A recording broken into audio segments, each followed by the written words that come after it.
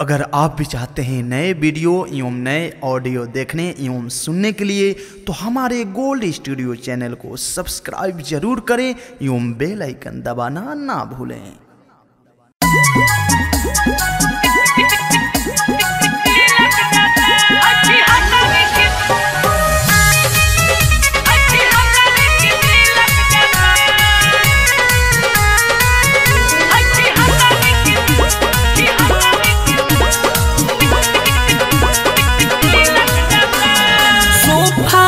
Set पलंग पर हिलत जाता रे, सोफा सेट पलंग पर हिलत जाता, सत भतारी के तिलक जाता, सत भतारी के तिलक जाता, खुदे सत भतारी के तिलक जाता, अच्छी हतारी के तिलक जाता।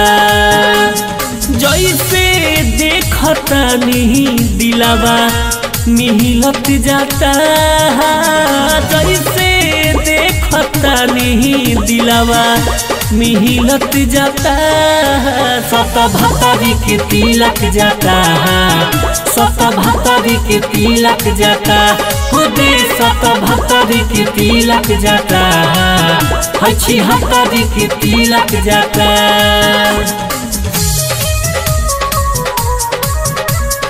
Music by Abhishek Gupta.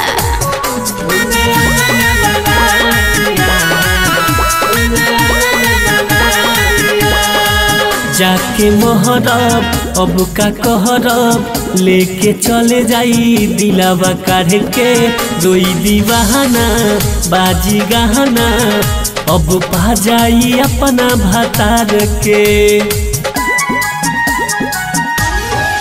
जाके मोहरब अब का कहरब, लेके चले जाई दिलावा काढ़ के, रोई दीवाना बाजी गहना, अब पा जाई अपना भतार के। छोड़ के जाई मन ओकर खिलत जाता, छोड़ के जाई मन ओकर खिलत जाता, सत भतारी के तिलक जाता, सत भतारी के तिलक जाता, खुदे सत भतारी के तिलक जाता, अच्छी हतारी के तिलक जाता।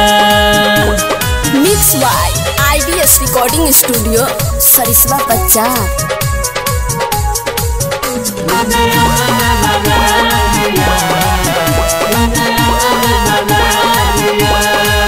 कोके ब्रेकअप करी मेकअप, बर्बादी विशालवा के भई, याद आई तारे पहाई, संगे विकास बेदर्दी के गई। कोके ब्रेकअप करी मेकअप, बर्बादी विशालवा के भई, याद आई तारे पहाई, संगे ओम कुमार के गई। यूसुफ दिल आलम सोना गिलट जाता, यूसुफ दिल आलम सोना गिलट जाता, सत भतारी के तिलक जाता, सत भतारी के तिलक जाता, खुदे सत भतारी के तिलक जाता, अच्छी हतारी के तिलक जाता।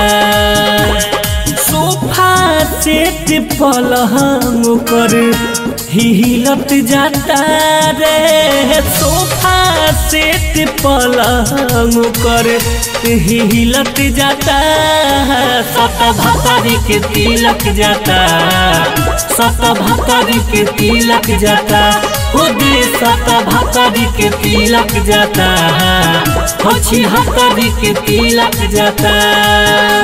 जैसे देखता नहीं दिलावा मिहिलत जाता, जैसे देखता नहीं दिलावा मिहिलत जाता, सत भतरी के तिलक जाता, सत भतरी के तिलक जाता, हो दे सत भतरी के तिलक जाता, अच्छी हतरी के तिलक जाता।